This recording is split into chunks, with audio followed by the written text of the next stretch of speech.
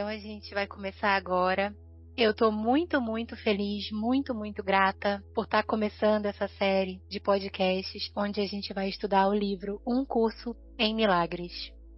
Para você que não me conhece, eu sou Andréa Peixoto.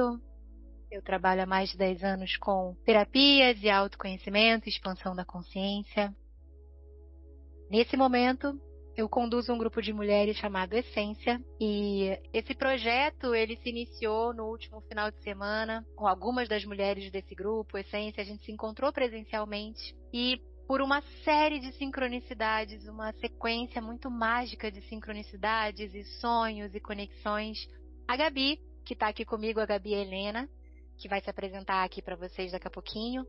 Ela começou a ler esse livro. Do começo, ela leu um pedacinho da introdução e olha que ela já falou desse livro para mim outras vezes, mas pelo que eu tô sentindo e entendendo, existe um momento certo da gente começar a se conectar com esse livro. E o meu momento chegou e eu tô muito grata de verdade. Meu coração, ele tá transbordando aqui gratidão e amor por estar compartilhando com você que tá aqui me ouvindo essa experiência que é muito nova para mim. E é isso, que a gente possa sentir junto, aproveitar junto e receber todas as bênçãos e milagres que eu já consigo sentir e perceber que esse livro tem para oferecer para nós que estamos aqui. Então fala pra gente, Gabi, um pouquinho sobre você e sobre Um Curso em Milagres, que é esse livro. Oi, gente. Primeiro queria agradecer essa oportunidade de estar aqui. Eu realmente estou muito feliz e sinto muito no meu coração que a gente vai poder receber muitos, muitos, muitos milagres maravilhosos. Porque eu sinto que esse livro ele é realmente, nossa, um processo muito profundo, muito poderoso. E estou feliz que a gente vai estar juntos aqui nessa jornada, se aprofundando e entrando cada vez mais em contato com ele. Bom, sobre mim, parece nesse mundo que eu sou psicóloga.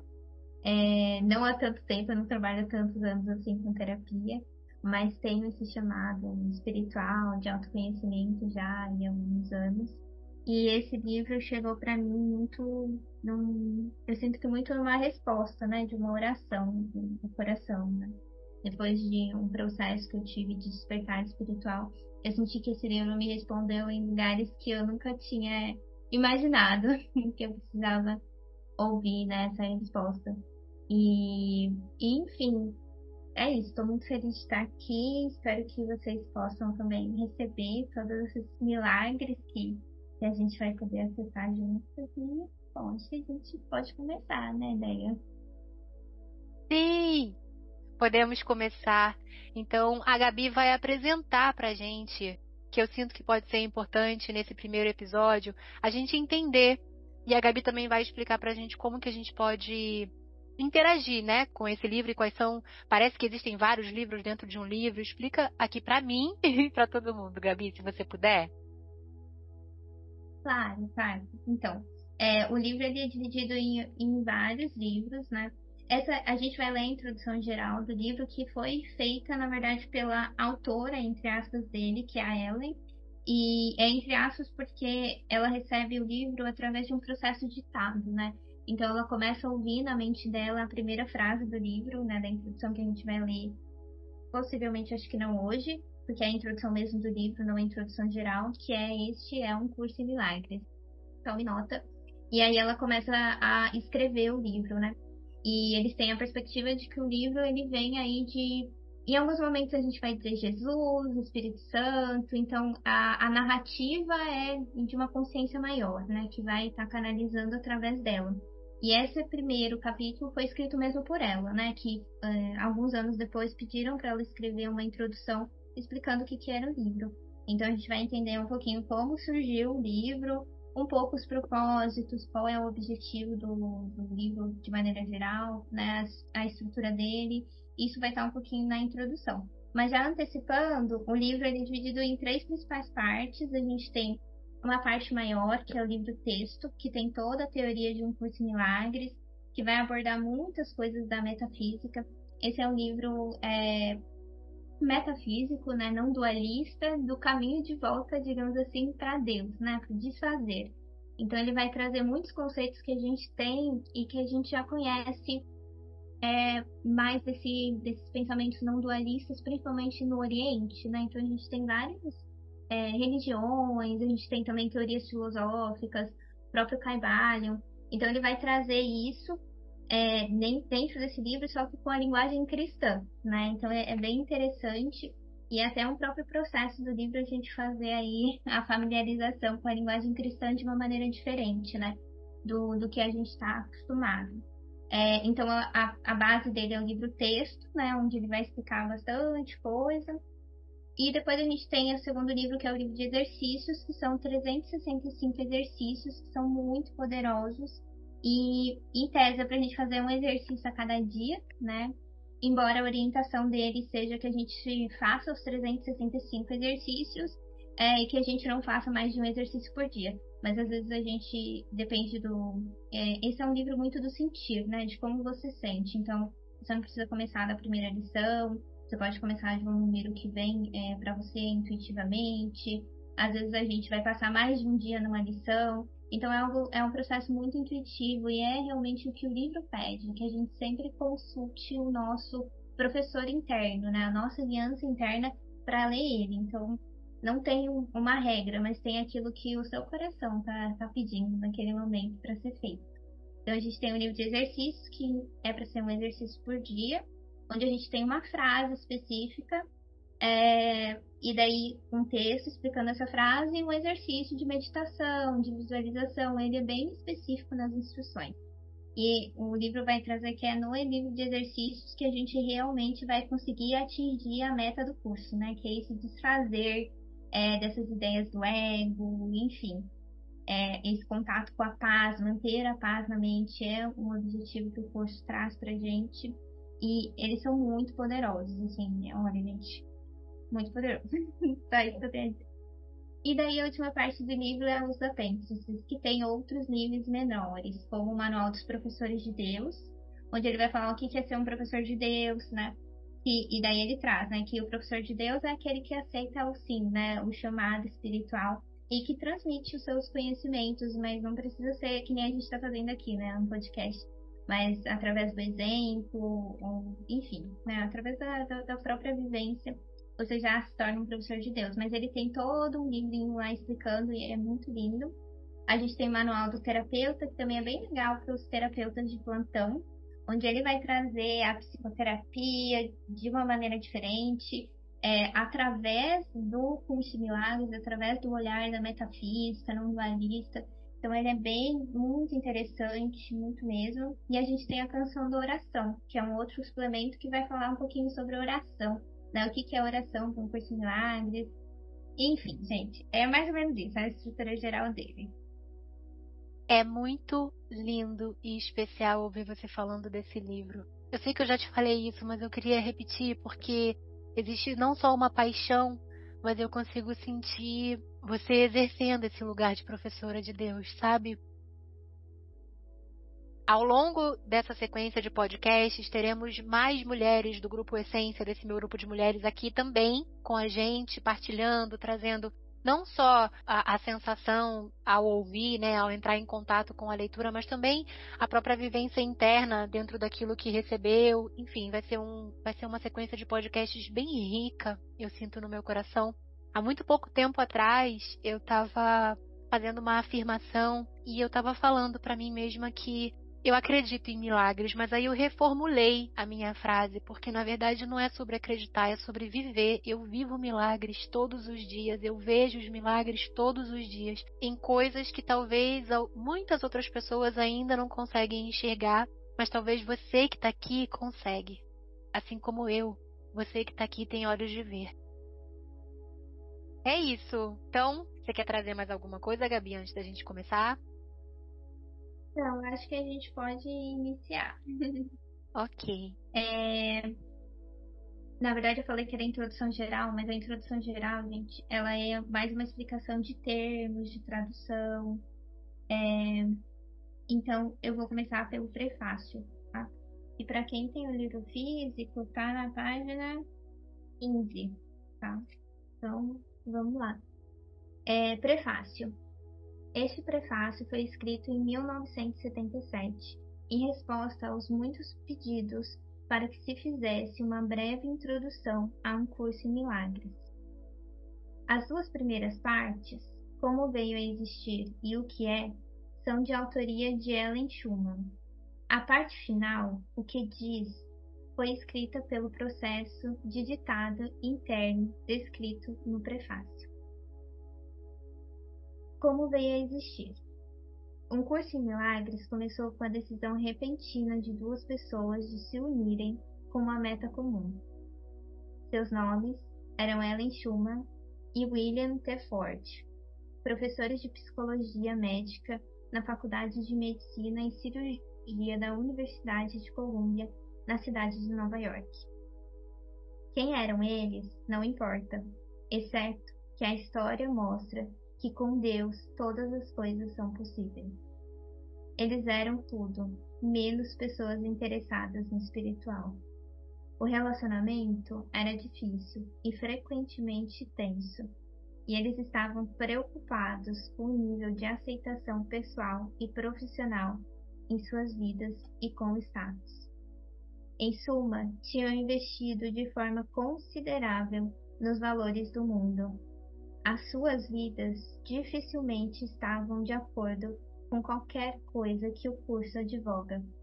Ellen, que recebeu o material, descreve a si mesma nesses termos: psicóloga, educadora, teoricamente conservadora e ateísta em minhas crenças.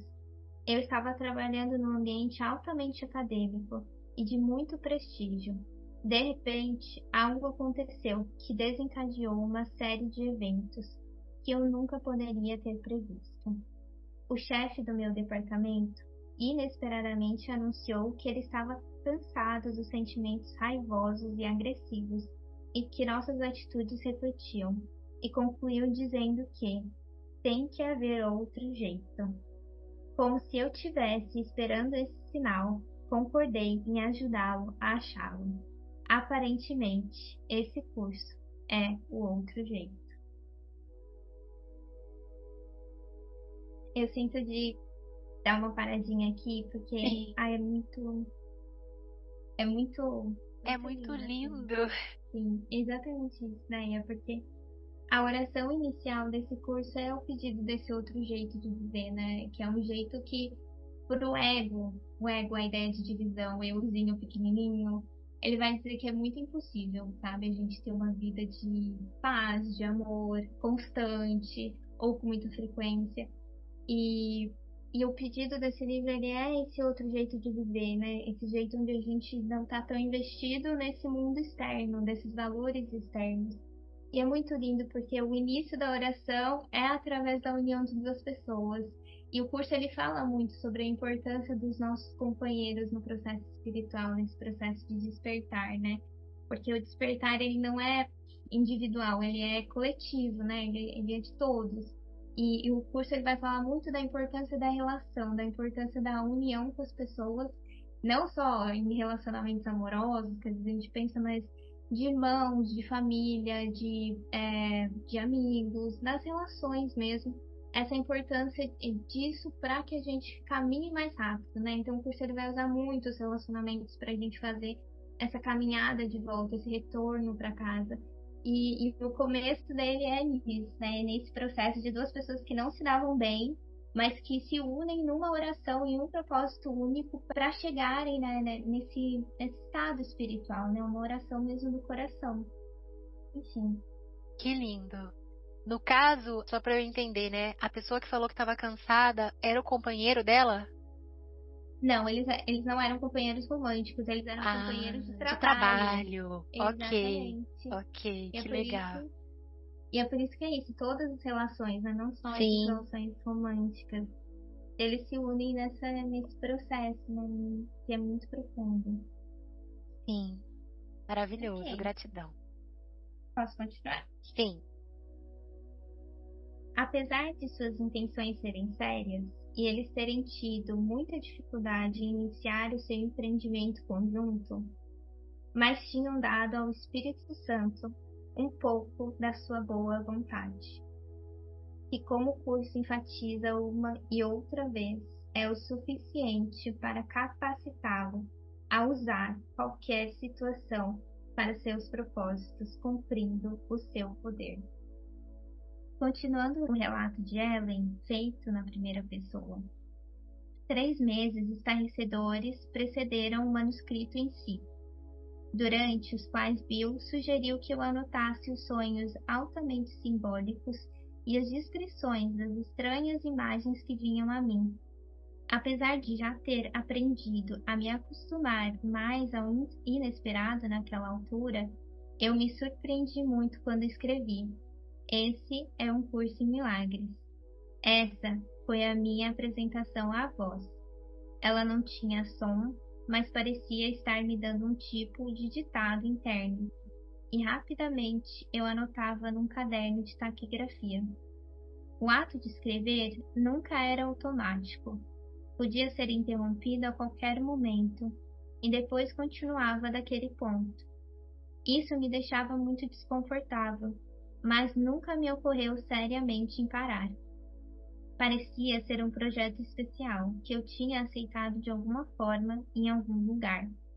Ele representava um empreendimento feito em colaboração verdadeira entre Bill e eu, e muito da sua significação e tinha certeza está nisso. Eu anotava o que a voz dizia e lia para ele no dia seguinte.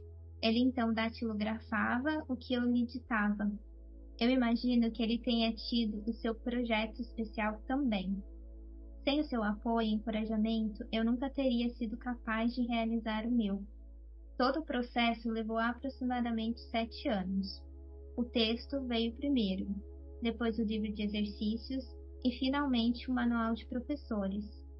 Apenas algumas modificações de sua menos importância foram feitas. Os títulos dos capítulos e subtítulos foram inseridos no texto, e algumas referências mais pessoais que ocorreram no início foram omitidas. Exceto isso, o material não sofreu modificação substancial. Os nomes dos colaboradores na transcrição do curso não aparecem porque o curso pode e deve se manter por si próprio. Não se pretende que ele venha a ser a base para um culto. O seu único propósito é suprir um caminho no qual algumas pessoas serão capazes de encontrar o seu professor interno. O que é? Como seu título indica, o curso é todo composto como um instrumento de ensino. Consiste em 3 livros. O texto, 721 páginas, o livro de exercício para os estudantes, de 512 páginas, e o manual de professores, de 94 páginas. A ordem que os estudantes escolhem usar o livro e as formas nas quais o fazem dependem de suas necessidades e preferências particulares. O currículo que o curso propõe é cuidadosamente planejado e explicado passo a passo, tanto ao nível teórico quanto ao prático. Ele enfatiza a aplicação prática mais do que a teórica e a experiência mais do que a teologia. Declara especificamente que uma teologia universal é impossível, mas uma experiência universal não é só possível, como necessária. Apesar de ser cristão em seus princípios, o curso envolve temas espirituais universais. Enfatiza que é apenas uma versão do currículo universal. Existem muitas outras. Esta se diferencia das outras apenas em forma. Todas conduzem a Deus no final. Eu sinto assim também de fazer uma pausa aqui, né? Porque o livro se chama Um Curso em Milagres, né? E esse na frente está relacionado justamente com isso que ele trouxe agora, né? De que ele mesmo reconhece que esse é um dos caminhos, um dos cursos, né? Porque às vezes quando a gente lê a palavra curso, significa as duas coisas. Mas a gente pensa no curso didático, né? Então eu estou indo ali na escola fazer um curso de inglês. Mas não é só nesse sentido, é curso também do caminho, né, espiritual que a gente está tomando. E ele se coloca nessa posição de um dos caminhos, né? E que se apresenta para a gente na forma nesse livro, mas que existem vários outros caminhos que vão conduzir a gente também a Deus no final de tudo. Sim, E essa parte muito especial também, né, da leitura, que fala sobre não existir, eu não sei exatamente como você falou, mas a gente já conversou sobre isso. Ele explicando que não existe uma teoria universal, não existe um saber universal, mas existe o experienciar que sim é universal. E eu acho isso muito profundo, muito significativo para a gente que está começando aqui essa leitura. Porque o que eu sinto no meu coração é que a gente vai poder experienciar muito do que vai ser transmitido nesse livro. E a experiência, ela é universal, né? Ela é para todas as religiões e crenças e enfim. Eu acho isso muito, muito especial. E também, para além disso, só um comentário, né? Ela falando que ela anota os sonhos dele, né? E E é isso, é um trabalho que toca muito meu coração. Inclusive, eu e Gabi, a gente está aqui gravando esse podcast muito também por sincronicidades nos nossos sonhos. E você que está aqui ouvindo, eu recomendo, do meu coração mesmo, que você, se você já não anota seus sonhos, que você passe a anotar. A partir de agora, quem sabe você não tenha também experiências mágicas para compartilhar com a gente aqui. É isso que nem ele trouxe, né? Como é um caminho para o caminho universal, né? Até a própria ideia do sonho que me lembrou. É também uma forma, né? Os sonhos desse divino entrar em contato com a gente. Então também é muito, muito, muito, muito poderoso. E essa parte que você trouxe da experiência, ela é realmente muito importante, porque é o que o livro ele fala, né? Ele fala que tem vários, tem um livro dividido em outros livros, que vão suprir tanto a parte teórica quanto a parte da experiência, porque é realmente na disponibilidade que a gente dá para receber a experiência que a transformação acontece, que a gente vivencia mesmo esse processo espiritual. Então, realmente é muito pedido da experiência mesmo, acima da teologia que aparecer pra gente. E tem algo no experienciar que eu acho que é definitivo, digamos assim. A experiência ela não deixa dúvida, sabe? Quando a gente está aprendendo algo num nível da mente, às vezes é até muito maravilhoso, às vezes traz um certo conforto, mas fica numa certa superfície. E quando a gente começa a experienciar aquilo que a gente está recebendo, é como integrar, é o caminho de volta para o coração, né? É como se a gente resgatasse algo, se lembrasse de algo, mas não de um jeito mental, de um jeito muito, muito mais profundo. Isso vai enriquecendo a nossa visão de mundo, mas vai também preenchendo o nosso coração. A cada experiência espiritual, né, de conexão com o divino, a gente vai se preenchendo de Deus. E isso é talvez o que a gente veio fazer aqui. Então, a gente continua no prefácio, no que vou continuar da continuidade aqui.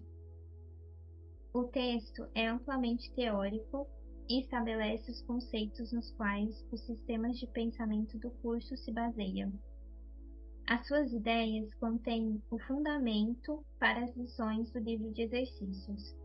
Sem a aplicação prática que o livro de exercícios provê, o texto permanece em grande parte apenas uma série de abstrações, que dificilmente seriam suficientes para realizar a reversão de pensamentos que é o objetivo do curso.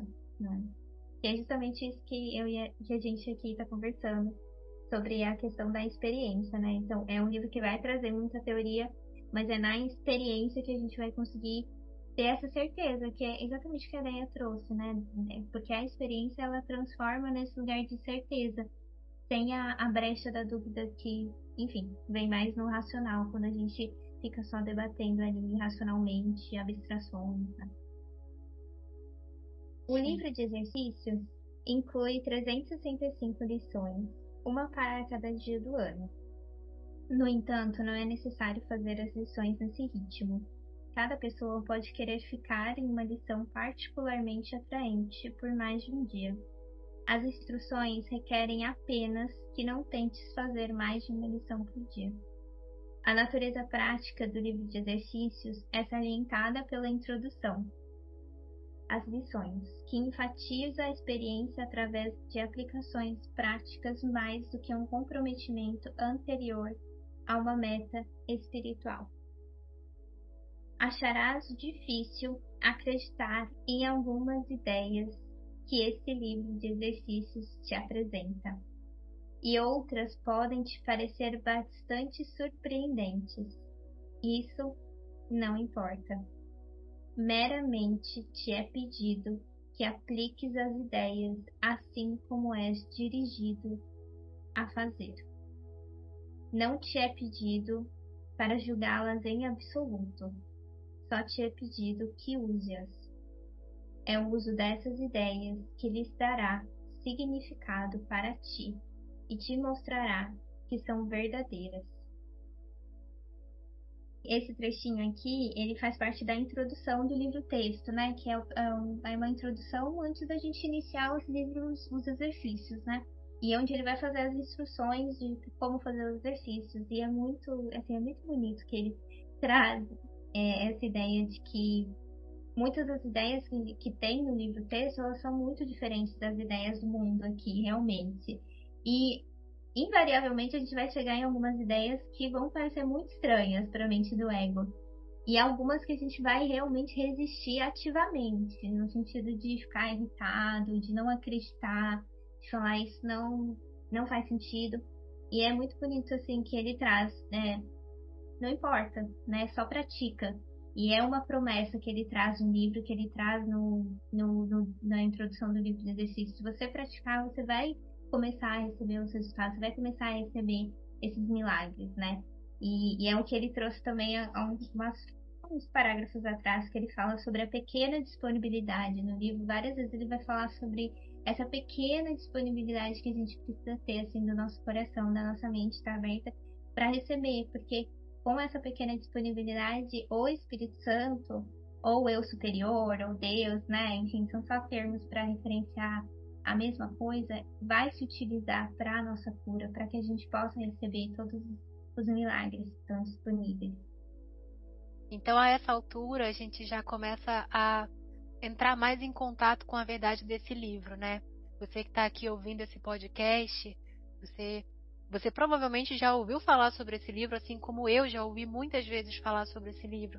Mas agora existe essa consciência vai ampliando, pelo menos para mim, Gabi, de que isso não é só um curso, isso não é só um caminho, só um livro, só um conhecimento, ou até mesmo só uma experiência de milagre que a gente pode vivenciar aqui ou ali, mas é uma oportunidade de transformação. Esse livro, e talvez por isso ele seja, né, tão complexo e tão completo dessa forma, porque entrar em contato com o curso em milagres é dizer sim para um processo de transformação. E quando a gente para refletir que a gente está dizendo esse sim, consciente ou inconscientemente, aí fica até um pouco mais simples acreditar, né, e reconhecer que a resistência vai chegar, porque se a gente está falando de transformação, é isso. Se a gente não transformou até aqui, Sim. porque existem resistências, existem negações, e talvez esse livro ele possa nos colocar em contato com essas resistências. E eu falo para você que está me ouvindo, e eu estou falando para mim também. Ter essa consciência na introdução é valioso, porque quando chegar a hora de resistir, a gente pode voltar nesse momento do tempo e falar: opa, será que isso aqui não é uma resistência? Porque o nosso ego, ele é bonito, né? Ele é muito sagaz, Gabi, para dizer: não, mas isso é uma exceção, isso eu não concordo. Enfim, a gente, para justificar as nossas resistências, a gente aprendeu direitinho a fazer isso, né? Exatamente, né? E é por isso que ele coloca na introdução do livro de exercício. Eu acho um barato ele falar assim: meramente te é pedido que apliques as ideias assim como és dirigido a fazer, né? Não te é pedido para julgá-los em absoluto. Então, assim, ele tira a gente totalmente do discurso do ego, porque o ego vai pegar a gente. Eu estudo esse livro não há muitos anos, eu estudo ele há 3 anos, e eu já tive fases de lua de mel, de quero ler ele toda hora, maravilhoso, e eu já tive fases de não me mostra esse livro que eu tô brava com ele. E isso faz parte mesmo do processo, né? Essas resistências, elas vão vir pra gente olhar e pra gente se curar, e é um caminho de gentileza também, da gente ir percebendo e sentindo aquilo que nosso professor interno também vai estar conduzindo para, enfim, para curar essas resistências e driblar e ir vivendo os processos que a gente tiver que viver. E só para contextualizar um pouquinho mais essa questão da mínima disponibilidade, é isso que ele fala? Essa que é a palavra? Mínima disponibilidade? Ele fala pequena disponibilidade. Pequena disponibilidade. Talvez também seja um momento de afirmar, eu tô falando, né, e tô afirmando aqui para mim e para você que tá me ouvindo, esse pode ser um momento, agora que a gente não sabe nada do que a gente vai encontrar nesse livro, né, mas pode ser um momento de humildade, assim, onde a gente pode trazer essa intenção. Eu me disponibilizo. Eu me abro para essa pequena disponibilidade. E o que isso representa? Representa não fechar, né, a porta, não dizer um não completo, mesmo que a resistência esteja ali, mesmo que a discordância esteja ali, deixar aquela brechinha mínima, para que se por acaso a gente estiver errado, Deus possa agir e possa mostrar pra gente o caminho. Eu acho que é sobre isso, assim, é sobre a gente não fechar as definições em caixinhas e deixar um mínimo espaço aberto para que o amor possa sempre entrar. É esse processo mesmo, né? Da gente estar aberto. E é muito bonito, porque às vezes a gente acha que a gente está fechado, mas se a gente tem essa disponibilidade, que nem você falou, essa oração firmada, a gente vai, a gente estando disponível, ele vai criando os milagres para que essas coisas se desfaçam. E eu gosto muito da palavra talvez. Uma vez eu vi uma pessoa explicando sobre um curso de milagres, de que às vezes é mais gentil a gente usar com o nosso ego essa palavra, tipo, talvez isso possa ser assim, né? Talvez eu esteja errado sobre isso. Talvez eu possa olhar dessa maneira. Porque é o que você trouxe, é a pequena brecha que é deixada aberta para a gente estar em contato com o que está sendo trazido, né? Sem precisar concordar 100%. Sim. Então, vou continuar lendo. Ainda é uma citação sobre a introdução do livro de exercícios, é o segundo parágrafo. Então, está escrito assim: lembra-te apenas disso. Não precisas acreditar nas ideias. Não precisas aceitá-las. E não precisas nem mesmo acolhê-las bem. A algumas delas podes resistir com veemência. Nada disso importará ou diminuirá a sua eficácia. Mas não te permitas fazer exceções ao aplicar as ideias contidas no livro de exercícios. E quaisquer que sejam as tuas reações às ideias, usa-as. Nada mais do que isso te é requerido. E aqui eu também sinto de fazer uma outra pontuação, que é sobre essa questão de diminuir a eficácia. Que ao longo do processo de livro, vocês vão perceber, principalmente nos exercícios, tem algumas frases que a gente não acredita, enfim. E aí, o ego, ele vai muito trazer a gente para esse lugar de tipo, ai, não tá funcionando? Tipo, eu não tô acreditando, então isso aqui não vai funcionar, isso aqui não dá dando certo. E aí é isso, que é quando a gente se fecha, né? E ele traz, assim, esse processo de enquanto a gente está ali com a nossa pequena disponibilidade, o processo está acontecendo, a gente está entrando em contato com aquilo que a gente precisa. E todas as reações que a gente tem, seja de raiva, seja de tristeza, seja de felicidade, com as ideias do livro, ele pede para a gente usar, né? Para a gente chamar o nosso professor interno, sempre no sentido da cura, no sentido de se aproximar da verdade e usar isso para a gente ir se purificando e se curando. Isso é maravilhoso, Gabi, porque, bem, eu vou falar e você complementa ou me diz se faz sentido também, porque eu estou trazendo para a palavra coisas que estão passando por aqui por mim, mas que eu nunca talvez tenha falado sobre, né? Mas quando existe esse lugar da gente aplicar mesmo não concordando, ou aplicar mesmo com raiva, em momentos que a gente está com uma emoção muito forte, e o livro prometendo essa eficácia. Ou seja, você não precisa gostar, você não precisa acreditar, você não precisa nem estar se sentindo bem para ao aplicar aquilo que o livro sugere de aplicar, que a eficácia ela vai acontecer. Isso para mim é muito mais do que pode parecer para algumas pessoas, não, como é que um livro pode prometer que não sei o quê, né? Como é que pode prometer um sucesso em algo? Não é sobre isso. É muito mais sobre o livro trazer já de cara uma consciência pra gente de que a gente é muito mais do que essa raiva, do que essa negação. Ou seja, a gente está entrando em contato com um curso de transformação, mas a gente é muito mais do que as nossas emoções. e do que os nossos pensamentos.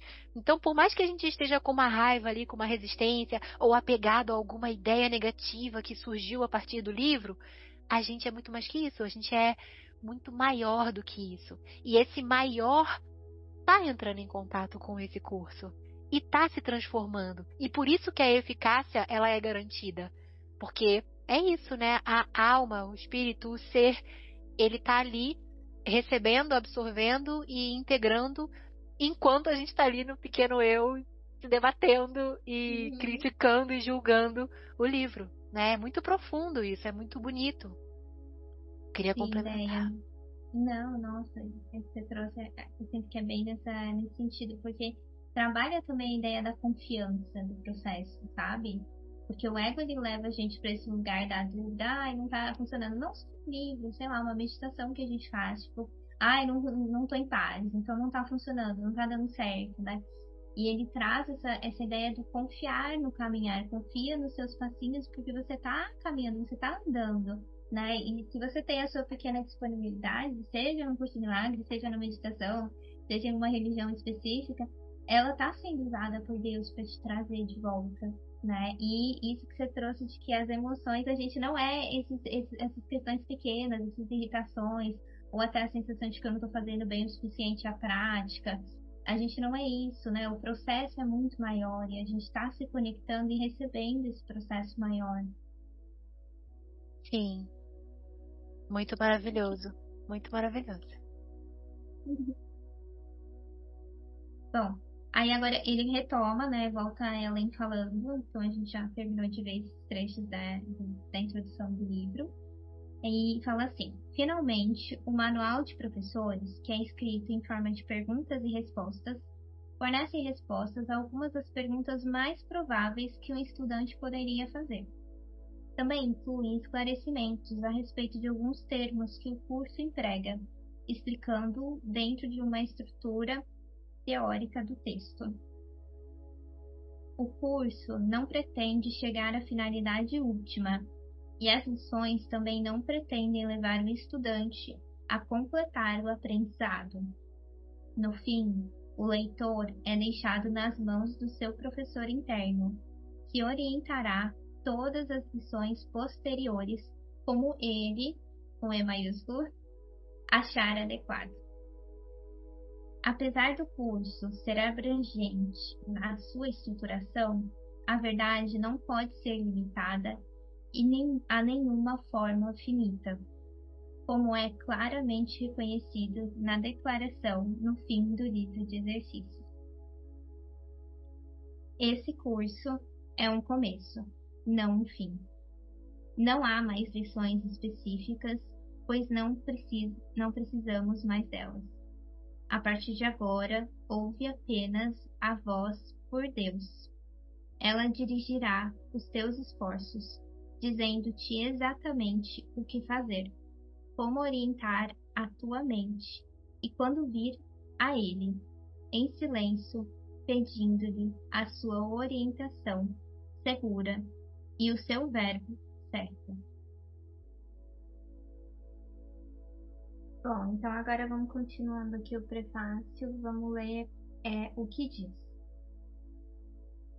Nada real pode ser ameaçado, nada irreal existe, nisso está a paz de Deus. Essa é a introduçãozinha, né, do Curso Milagres, que a gente vai ler mais pra frente. E daí mais pra frente a gente comenta, né? E daí a gente tinha combinado de depois a gente vai ler a introdução devagarzinho e daí a gente vai pausando. Mas já é um trecho bem poderoso. É assim que um curso em milagres começa. Ele faz uma distinção fundamental entre o real e o irreal, entre conhecimento e percepção. Conhecimento é verdade e está sob uma única lei, a lei do amor de Deus. A verdade é inalterável, eterna e não é ambígua. É possível não reconhecê-la, mas não é possível mudá-la. Ela se aplica a tudo o que Deus criou, e só o que Ele criou é real. Está além do aprendizado, porque está além do tempo e do processo. Não tem opostos, não tem início e não tem fim. Simplesmente é. O mundo da percepção, por outro lado, é o mundo do tempo, da mudança, dos inícios e dos fins. Ele se baseia em interpretação, não em fatos. É o mundo do nascimento e da morte, fundado sobre a crença na escassez, na perda, na separação e na morte. Ele é aprendido mais do que dado, seletivo nas ênfases que dá à percepção, instável em seu funcionamento e impreciso em suas interpretações. Uau, né? Uau. Porque acho que aqui ele começa já a falar essa diferença dos pensamentos, dos sistemas de pensamento. Então, primeiro ele traz o sistema de pensamento de Deus, do Espírito Santo, o sistema de pensamento mais curado. E depois ele traz o sistema de pensamentos do ego, que é tudo que a gente está acostumado. Porque se a gente parar para pensar, o nosso mundo ele está totalmente baseado em tudo que ele traz, né? Então, o nascimento, a morte, a perda, os inícios, os fins, as mudanças. Então, ele é um mundo de coisas efêmeras, né? Tá tudo constantemente mudando. E o que ele traz é que não, é que a nossa natureza ela é eterna e ela é constante, ela é presente totalmente na verdade, no amor. E é muito bonito assim ele falando sobre essa ideia da crença, da escassez e da perda na separação, porque tudo isso é a mesma coisa. Uma vez eu estava num retiro de um curso no Agnes e uma moça estava falando exatamente sobre isso.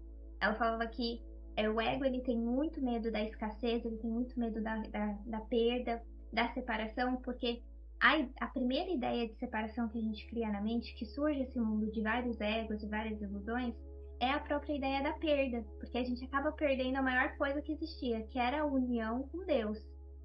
Então, por isso que esse sistema de crenças ele é totalmente fundado na ideia de escassez, de perda, de separação, de instabilidade, de medo. Então, esse é o sistema de crenças e de pensamento do ego, porque ele está embasado totalmente nesse pensamento inicial, nesse início desse processo aqui, dessas nossas identificações, digamos assim, com esse sistema do ego. Exatamente, isso que eu ia complementar, né? Tem a ver com a identificação.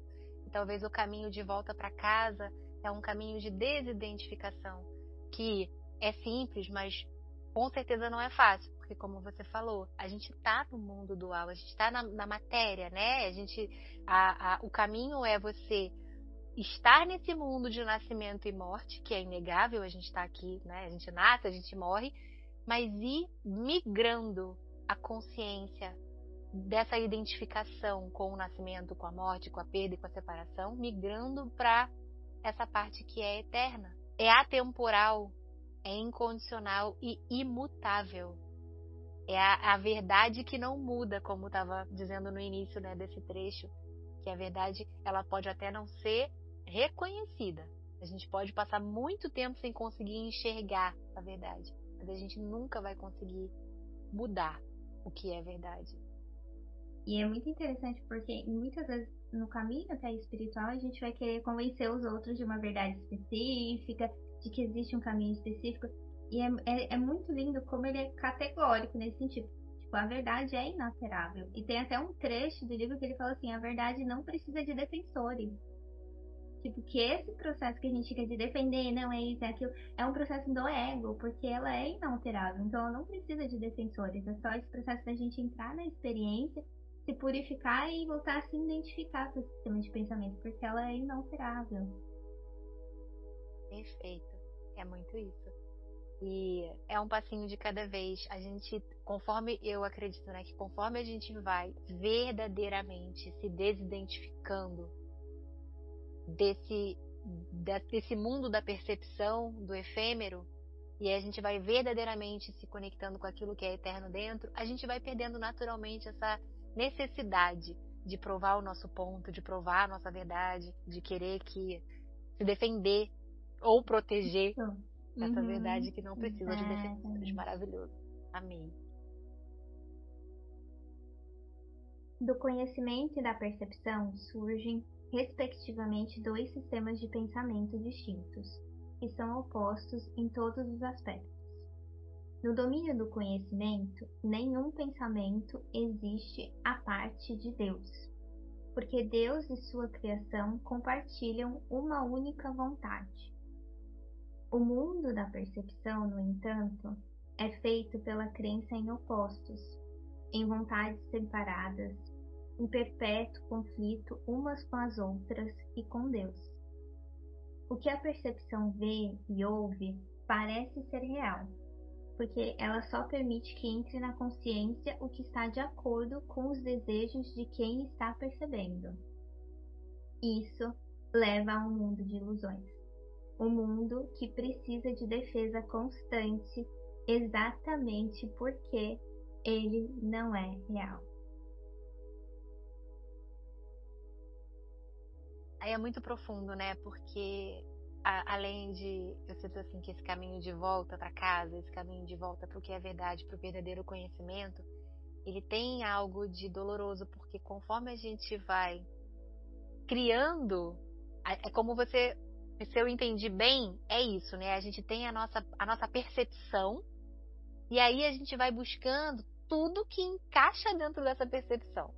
E vai nutrindo essa percepção como se fosse um castelinho de areia, que precisa em algum momento ruir, que precisa em algum momento ser destruído. Quanto mais a gente está apegado ao mundo da percepção, mais desconstrução a gente vai precisar vivenciar. E uma coisa que recentemente, assim, no meu processo de cura mesmo, eu comecei a afirmar para mim mesma, sabe? E que talvez isso possa fazer parte do seu caminho, ou você que está ouvindo aqui, ou de qualquer uma de nós, que é quando tem algo sendo destruído na nossa vida, quando tem algo desmoronando mesmo, por mais doloroso que seja, é bom. Porque se está desconstruindo, se está desmoronando, não é real. Então que aconteça, que seja. Se isso que vai levar a gente de volta para a essência, uma hora ou outra precisa acontecer, né? Então, por mais doloroso, vale a pena a gente manter essa consciência, né, de que pode estar doendo, mas é importante. Pode ser difícil, mas faz parte. Exatamente. É isso que você trouxe, é irreal. Então, em algum momento vai ruir, né? E vai doer, né? Que nem você trouxe. Muitos processos vão ser muito profundos. Mas ele traz, às vezes, esse lembrete mesmo de que isso faz parte do processo.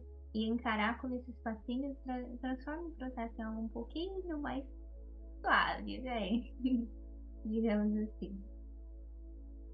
Ou mais suave, ou a gente não resiste tanto, a gente não luta tanto.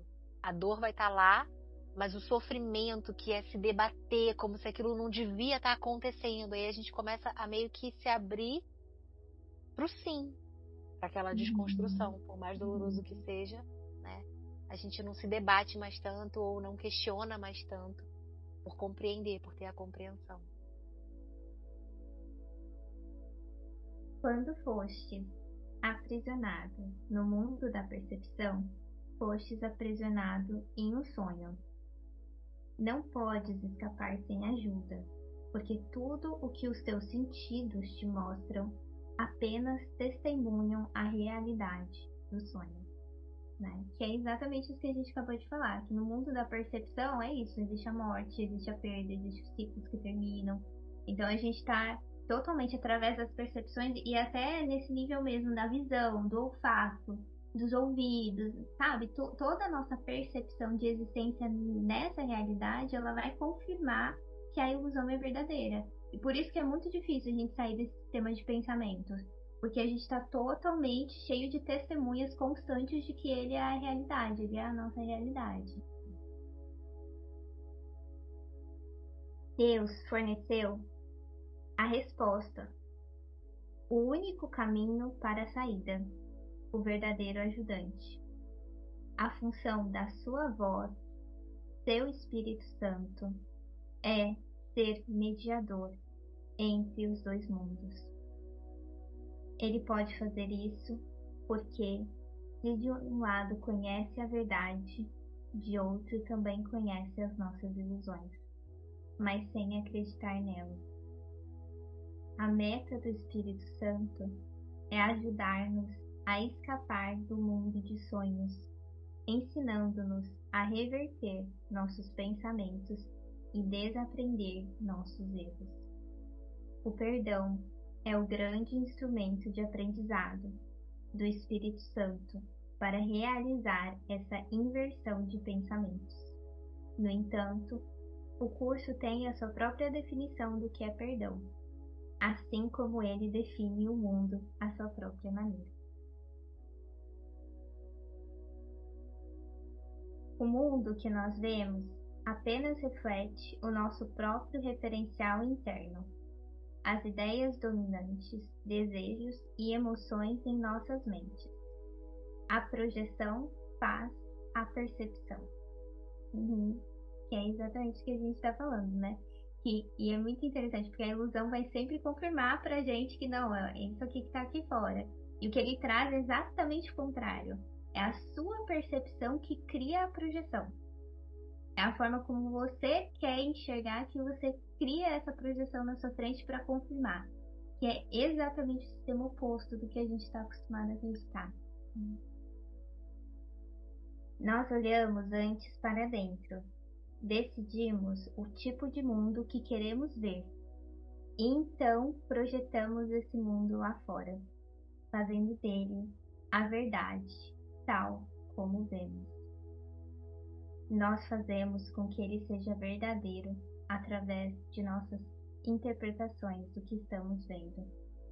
Se estamos usando a percepção para justificar nossos próprios erros, nossa raiva, nosso impulso para atacar, nossa falta de amor em todas as formas que pode ter, veremos um mundo de maldade, destruição, malícia, inveja e desespero. Tudo isso nós precisamos aprender a perdoar. Não porque estamos sendo bons ou caridosos, mas porque o que estamos vendo não é verdadeiro. Nós distorcemos o mundo pelas nossas defesas tortuosas e estamos constantemente vendo o que não existe. À medida que aprendemos a reconhecer nossos erros de percepção, também aprendemos a olhar para o que está além ou perdoável. Ao mesmo tempo, estamos perdoando a nós mesmos, olhando para o que está além dos nossos autoconceitos distorcidos, que é o ser que Deus criou em nós e como nós. Nossa, gente, isso é a introdução. E isso não é nem o livro, tá? Isso não é nem o livro. É a autora que escreveu. Porque veja bem, olha que profundo e olha que pista, que sintoma o que ela coloca, né? Que quando a gente tá fundamentando, justificando a nossa falta de amor no mundo da percepção, a gente vai sempre enxergar um mundo onde falta amor. Ou seja, olha que profundo isso. Se eu tô passando os meus dias e olhando para o mundo e reconhecendo o que tá, porque claro que tem coisas que acontecem, injustiças e tudo mais, mas se isso tá chamando muito, tá me chamando muito, se eu consigo enxergar mais isso do que a beleza e o amor, opa, esse é um sintoma de que eu não estou enxergando a mim mesma e os meus próprios comportamentos de falta de amor a partir de um olhar consciente, né? Estou interpretando a partir do mundo de percepção. Eu acho isso muito, muito profundo. Porque é o reflexo, né? Se eu tô me enganando, eu vou enxergar o irreal. E o irreal vai ser a minha verdade. Manifestado. Vai ser manifestado. Exatamente. É profundo. E é profundo também, eu não sei se você tem alguma coisa para acrescentar sobre isso, mas teve uma outra parte também que você falou, sobre os sentidos.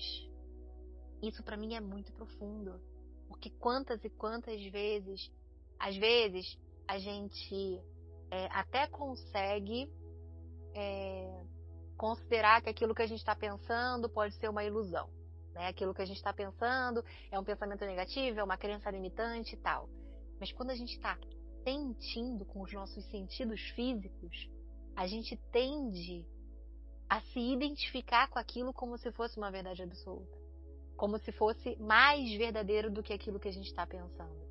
Talvez em algum nível o sentir ele pode ter uma profundidade maior do que o pensar, mas ainda assim pode ser totalmente enganatório, pode ser totalmente conectado com o mundo de percepção e confirmado, né? Tipo, confirmando o mundo de percepção. Sabe?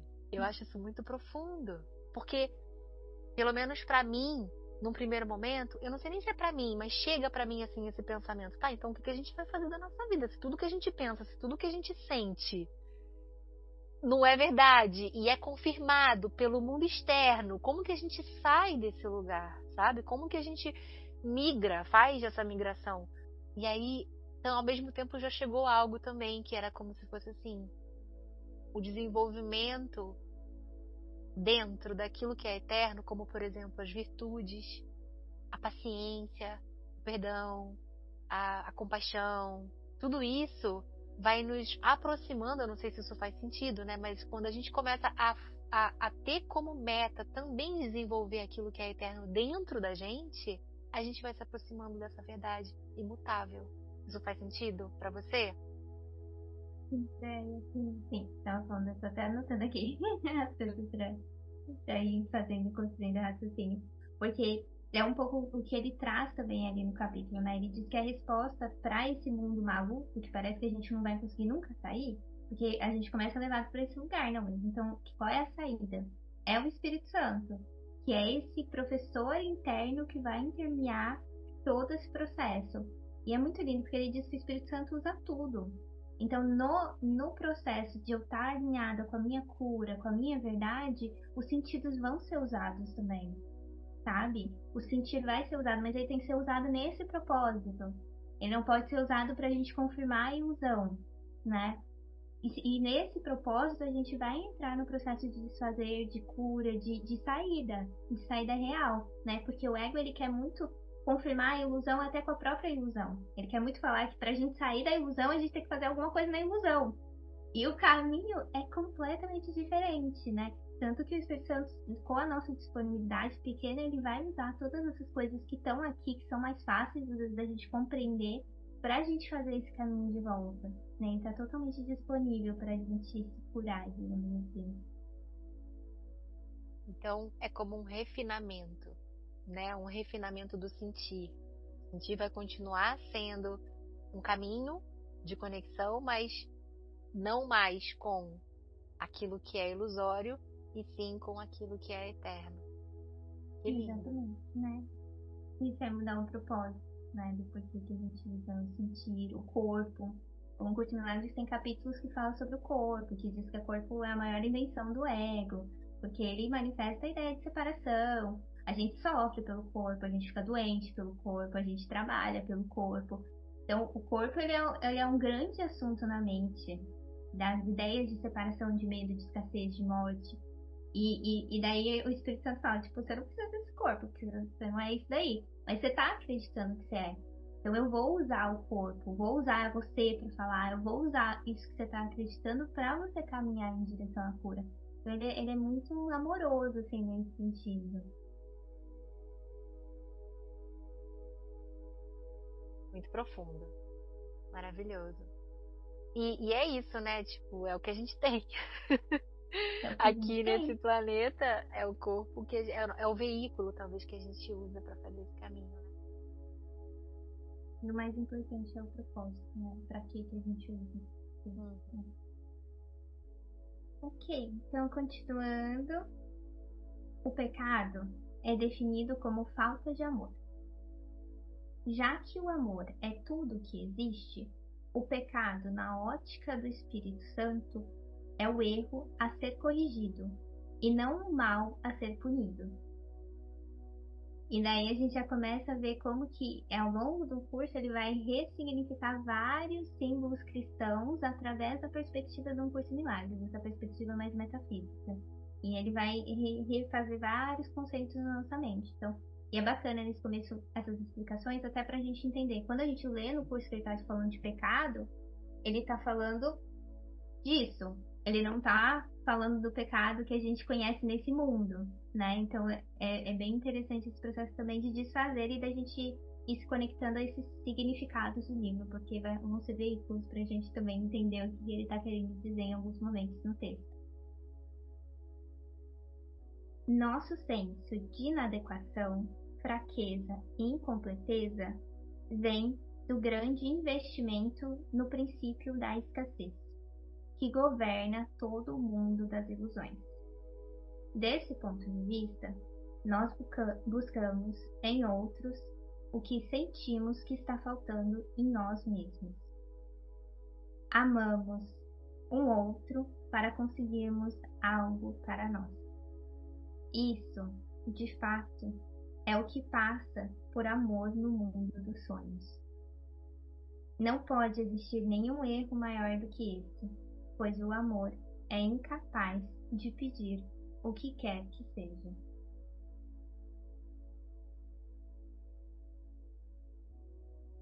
Só as mentes podem se unir na realidade, e aquelas a quem Deus uniu ninguém pode separar. No entanto, é só ao nível da mente de Cristo que a verdadeira união é possível, e essa de fato nunca foi perdida. O pequeno eu procura se realçar através da aprovação externa, dos bens externos e do amor externo.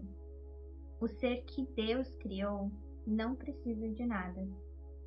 Ele está para sempre completo, a salvo, amado e amoroso. Procura partilhar mais do que conquistar, estender mais do que projetar. Ele não tem necessidade e quer unir-se a outros devido à consciência mútua da abundância.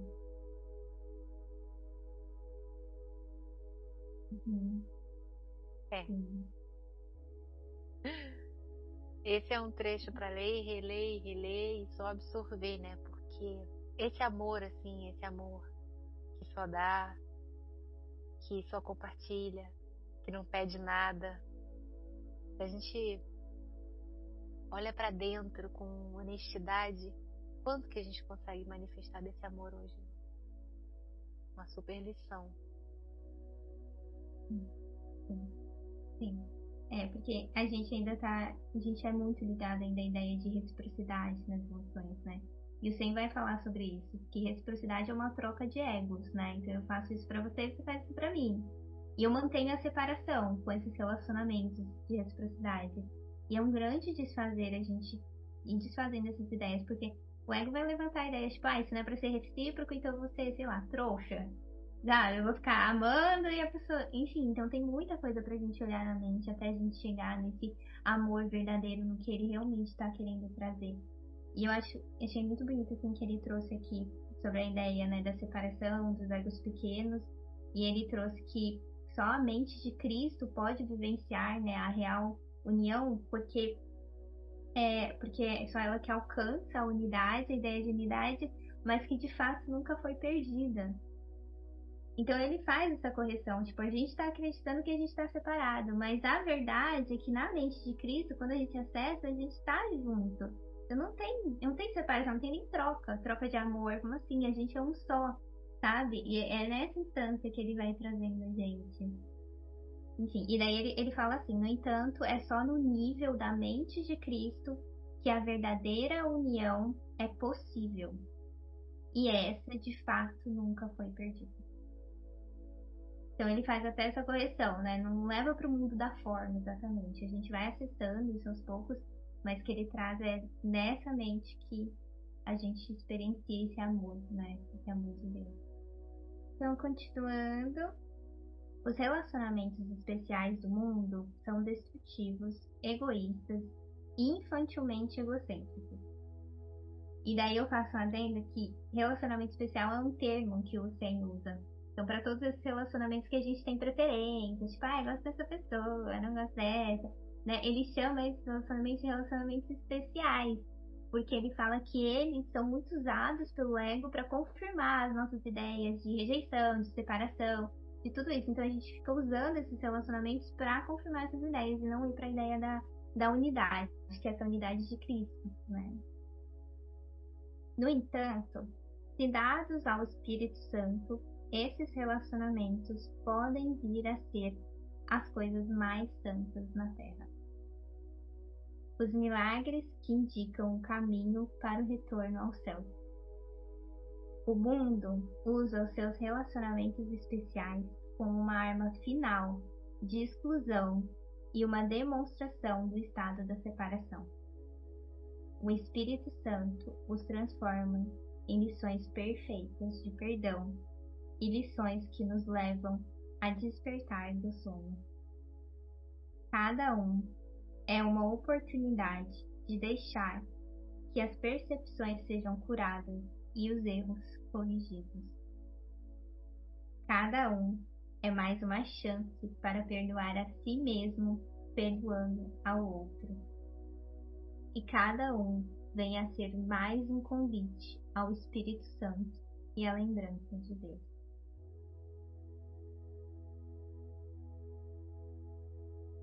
Que linda, que linda. E é isso, ou seja, se eu entendi bem, né, esses relacionamentos especiais, apesar de, atualmente, a forma com que a gente usa, né, esses relacionamentos, Sim. tá distorcida, mas ainda assim eles têm algo sagrado que pode se revelar.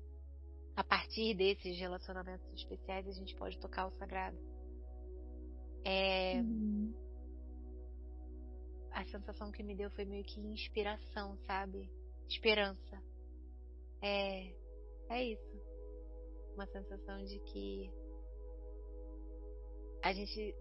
existe um caminho mesmo, porque a gente sempre vai ter um relacionamento especial. E é como você falou, né? O Espírito Santo usando o que existe nesse mundo para que a gente possa chegar no mundo real. Maravilhoso. E sobre essa ideia do pecado, é bem importante mesmo, né? A gente ter essa consciência de que a palavra pecado, o meu professor espiritual, ele fala muito sobre isso, sobre a tradução que a gente fez, a interpretação que a gente foi fazendo ao longo do tempo dessa palavra, pecado, que não é sobre o mal a ser punido, como você falou, né? Não é sobre o mal a ser punido, e sim um erro a ser corrigido, tipo, como se a gente tivesse um caminho em direção à unidade, em direção à luz, em direção ao amor, e aí a gente dá uma desviadinha do caminho ali, a gente dá uma tropeçada, a gente chega um pouquinho pro lado, e o que fazer? Voltar. O pecado é um mal entendido. A gente entendeu mal alguma coisa, e aí a gente compreende e retorna o caminho. Eu já ouvi falar que, acho que em inglês, eles falam miss the mark, né? Que a real tradução de pecado até original da Bíblia. O que Jesus estava falando era isso, né? Tipo, você errou o objetivo. Tipo, você tinha um alvo, você ia chegar ali no meio. Só que você titubeou e foi um pouco pro lado, né? E daí o pedido é refaça, né? Se reposicione. Sim. Não esse pedido tão denso que acabou se tornando de punição, de culpa, enfim, de todo esse processo. Que é um processo do ego, tá? Não é por um acaso que a gente interpretou desse jeito. É porque isso tudo mantém a gente no sofrimento, na separação, na culpa, na irritação, na raiva, em todo esse processo. E aí é só isso pra gente se reposicionar, né? Tanto com o termo quanto com a ideia mesmo de pecado. Sim. A percepção é uma função do corpo e, portanto, representa um limite na consciência. A percepção vê através dos olhos do corpo e ouve através dos ouvidos do corpo. Evoca as respostas limitadas que o corpo dá. O corpo parece ser amplamente automotivado, independente. No entanto, ele responde só às intenções da mente. Se a mente quer usá-lo para o ataque em qualquer forma, ele vem a ser vítima da doença, da idade e da decadência. Se em vez disso, a mente aceita o propósito que o Espírito Santo tem para ele vem a ser um meio útil de comunicação com os outros, invulnerável, por tanto tempo quanto for necessário, para ser gentilmente deixado de lado quando a sua utilidade chegar ao fim. Em si mesmo, ele é neutro, como tudo no mundo da percepção. É usado para os objetivos do ego ou do Espírito Santo, dependendo inteiramente do que a mente quer. O oposto da ótica que se tem com os olhos do corpo é a visão de Cristo, que reflete a força em vez de fraqueza, união em vez de separação e amor no lugar do medo. O oposto da audição, através dos ouvidos do corpo, é a comunicação através da voz por Deus, o Espírito Santo que habita em cada um de nós. A sua voz parece distante e difícil de ser ouvida, porque o ego, que fala pelo ser pequeno e separado, parece falar muito mais alto. De fato, isso está revertido. O Espírito Santo fala com uma clareza inconfundível e com um apelo irresistível. Ninguém que não escolhesse se identificar com o corpo poderia ser surdo às suas mensagens de liberação e esperança, ou poderia falhar em aceitar a alegria, a visão de Cristo, em lugar do seu miserável retrato de si mesmo. Daí aqui ele já começa a falar sobre essas inversões de pensamento que o ego usa, né? Então essa ideia, por exemplo, nossa, mas é tão difícil ouvir guiança. É difícil mesmo, tá, gente? A gente tem um treino, mas o que ele traz é que realmente o Espírito Santo está falando constantemente com a gente. E fica difícil porque a gente se identifica muito com o corpo, com os desejos do ego, com as questões aqui desse mundo. E daí o que ele chama a atenção, é um puxãozinho de orelha, é no sentido de você estar investindo a sua energia nessa crença, você está investindo nisso. E por isso você não está me ouvindo. Mas a partir do momento que você tira esse investimento, você começa a ouvir. Porque isso é natural, né? Essa comunicação, ela é fluida, ela nunca foi interrompida. Sim. E é muito bonito quando ele fala que não tem como você receber verdadeiramente essa guiança e não seguir. É só uma questão da gente ir limpando mesmo o caminho, né? E purificando esses sentidos, para que a gente possa sintonizar com essa voz constante, profunda. Nossa, isso que você trouxe, né? Da gente não conseguir ignorar a guiança, né? Uma vez eu ouvi também um professor docente falando sobre isso, né? Que o ego, ele vai se apegar muito no certo e errado. Ele vai querer me dizer, você fez certo, você fez errado, você devia ter feito aquilo. Esse é o papel do ego, porque isso é o conflito na mente. E o conflito vem da separação, né? Você tem que ter duas coisas para você ficar conflitado e ficar investindo nisso.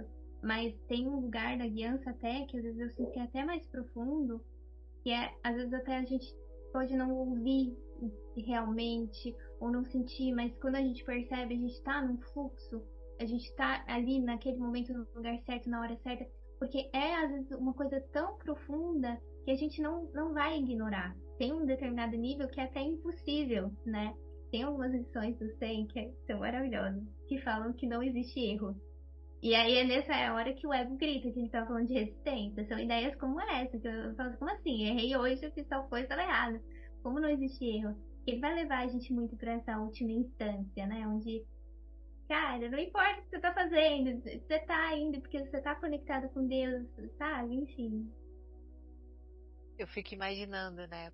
Como é realmente um grande desafio, um grande exercício. Você falou algo que eu acho muito poderoso para esse livro, né? Que ele é um treino da mente. A nossa mente precisa ser treinada para a compreensão daquilo que realmente merece a nossa compreensão. E para isso ela precisa se abrir muito.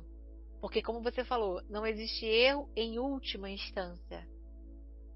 até a gente chegar nesse lugar tem um caminho, né? Tem todo um caminho de compreensão e de desconstrução e de perdão para a gente conseguir aceitar uma verdade dessa.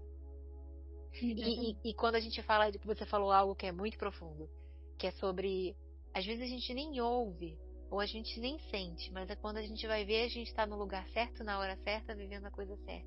Porque quando a gente fala ouvir, a gente está sempre esperando, nossa mente, né, limitada, esperando que, sei lá, uma vozinha fale, ou aconteça uma sincronicidade, que aí a gente quer que esse ouvir, ele chegue na mente, ele A seja percepção. A na gente quer a percepção. confirmação da percepção. Exatamente. E nem sempre a gente pode estar ouvindo sem ouvir, sem sentir.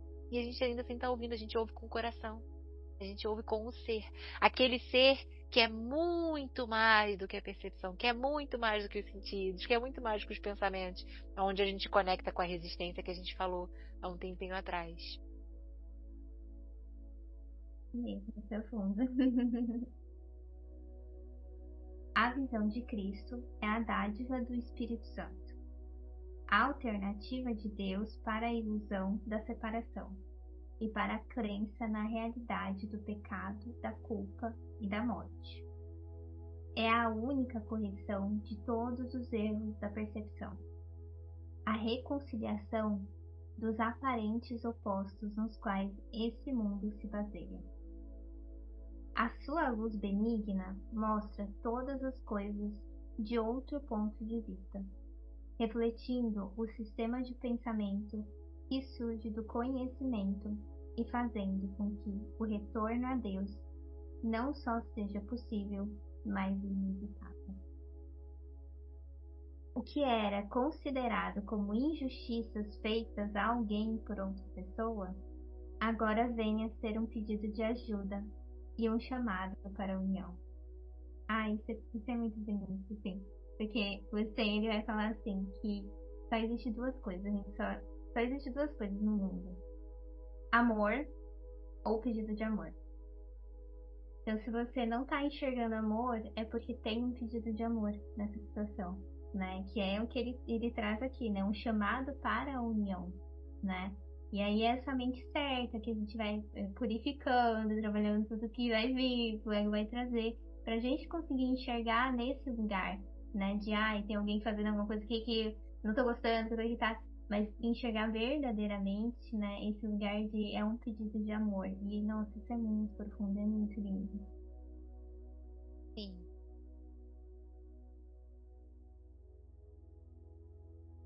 O pecado, a doença e o ataque são vistos como percepções equivocadas que pedem um remédio através da gentileza e do amor. As defesas são postas de lado, porque onde não há ataque, não há necessidade delas. As necessidades de nossos irmãos passam a ser as nossas, porque eles fazem conosco a jornada em direção a Deus.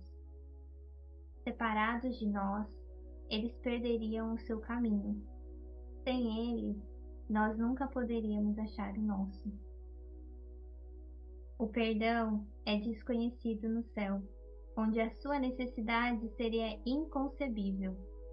No entanto, nesse mundo, o perdão é uma correção necessária a todos os erros que cometemos. Oferecer o perdão é o único modo de o recebermos, pois ele reflete a lei do céu, onde dar e receber são a mesma coisa.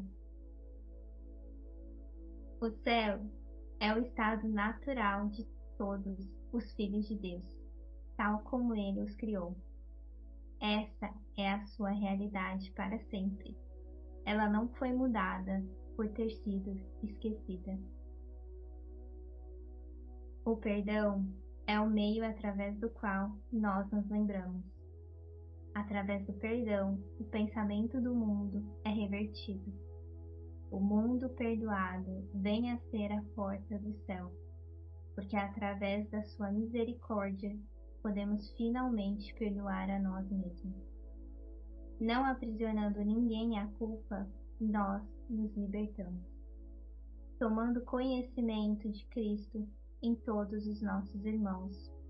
Reconhecemos a sua presença em nós mesmos. Esquecendo todas as nossas percepções equivocadas e sem nada do passado para nos deter, podemos nos lembrar de Deus. Além deste aprendizado, não podemos ir. Estamos prontos e o próprio Deus dará o passo final em nossa viagem de volta a Ele. Um curso em milagres. Uau! Uau! Esse ponto do perdão e da observação do outro vai de encontro àquela parte do sintoma, né? Tipo, quanto mais a gente vai deixando de justificar o mal, a falta de amor em nós, através desse mundo de percepção, quanto mais a gente vai se desidentificando disso para justificar o nosso pecado, talvez mais simples e fácil vai sendo reconhecer o pedido de ajuda na injustiça do próximo, né? Tipo, nas atitudes que anteriormente a gente enxergaria e reagiria a elas. Mas quando a gente já não está mais nesse sistema, quando a gente não está mais se protegendo, aí a gente consegue enxergar o que é.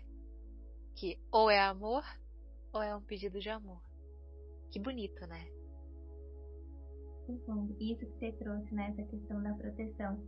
Porque o Zen vai ter alguns trechos que ele vai falar sobre a ideia do ataque e da proteção, né? E como que o medo do ataque tá muito dentro da nossa mente. E por isso que a gente ataca o nosso irmão e a gente é atacado de volta. E ele vai falar que é tudo a mesma coisa, né? Que é exatamente o que ele falou aqui. A partir do momento que você chega nesse estado de percepção, você não precisa mais do ataque nem da defesa. Porque se não vai ter nada para atacar, por que você vai se defender, né? E isso é muito profundo, porque é uma inversão completamente profunda. Às vezes a gente pensa, tudo bem eu me defender, mas ele vai trazer que até a ideia da gente estar preso na ideia de defesa, a gente está preso no medo do ataque. E a gente está fomentando as ideias de ataque na nossa mente, mesmo que às vezes só internamente. Tipo, você é atacado por isso, você é atacado por aquilo. Isso em algum momento vai justificar, inclusive, o nosso ataque ao nosso irmão. E tipo, não, mas eu preciso me proteger, eu não posso deixar as coisas assim, né? Enfim, então esse processo que fica invertido na nossa mente. E esse finalzinho, assim, é a oração de São Francisco de Assis, né? Em vários trechos ele é como se quase ele replicasse essa coisa do é dando que se recebe, é perdoando que se é perdoado.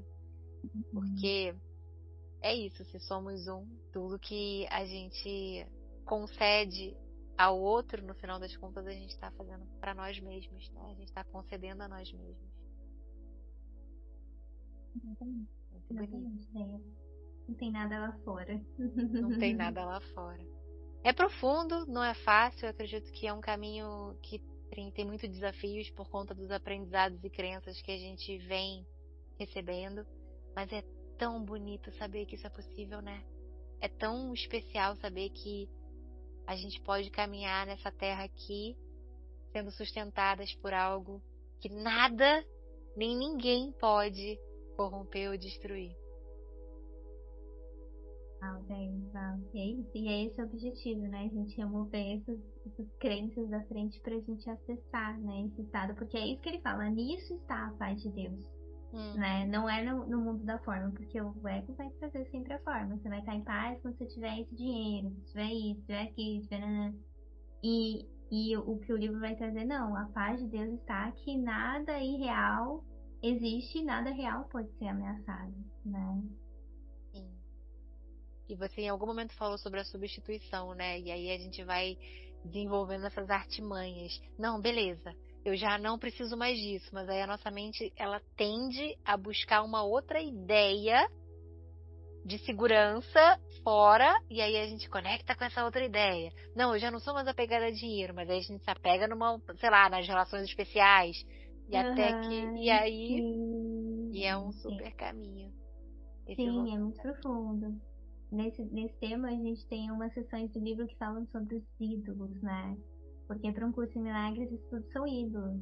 O dinheiro é um ídolo, os remédios são ídolos, as relações são ídolos. É um assunto bem profundo, porque isso nada mais é do que uma forma que o ego tem de tentar resolver o nosso sofrimento, Uhum. né? Uma forma mágica. Então ele pega a forma aqui e fala: ah, você tá muito doente. Ah, e aqui um remedinho aqui da forma para resolver o seu problema. Tá com problema de, sei lá, você não tem um lugar legal para morar? Aqui o dinheiro vai resolver o seu problema, né? E ele sempre trazendo as ilusões, para a gente combater ilusões. E o que é para um curso de milagres, ele chama de mágica, que é diferente dessa mágica que a gente se conecta espiritual. Ele fala mágica porque você está pegando nada e usando nada para resolver nada. E você pega a ilusão, a ilusão você está resolvendo. Você fica brincando de fazer mágica aqui. E se prendendo nesses processos. E daí ele vai convidar a gente, em alguns momentos do livro, a gente se desfazer dessas seguranças, né? Tanto dos relacionamentos, quanto do dinheiro, quanto dos remédios. Não necessariamente parar de tomar remédio, não é sobre isso, sabe? Não é sobre a forma, que nem a gente falou. Qualquer coisa pode ser usada pelo Espírito Santo, até o remédio. É sobre um lugar na mente, né? Que a gente utiliza isso. E abrir para cura, porque daí nesse lugar não tem mais a insegurança, não tem mais esse medo. A gente realmente acredita que está sendo sustentado por essa coisa maior, por essa força maior. E esse é o objetivo do curso, é a gente acessar esse lugar na mente. Independentemente da forma, se tem, se não tem, se faz, se não faz, né? Ele vai ensinar a gente a reinvestir nesse estado e não na forma. Pois nisso está a paz de Deus. Nisso está a paz de Deus. Maravilha.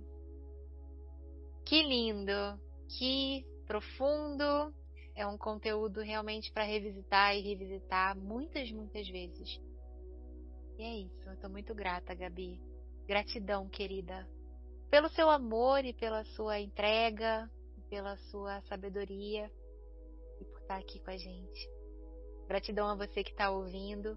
Até o próximo encontro. Você quer trazer mais alguma coisa? Queria só agradecer a oportunidade de participar, né, de estar aqui junto com vocês. E é isso, é o começo dessa jornada que espero que venha muitos, muitos milagres. Amém, amém. É isso. Gratidão. Qualquer coisa eu tô por aqui.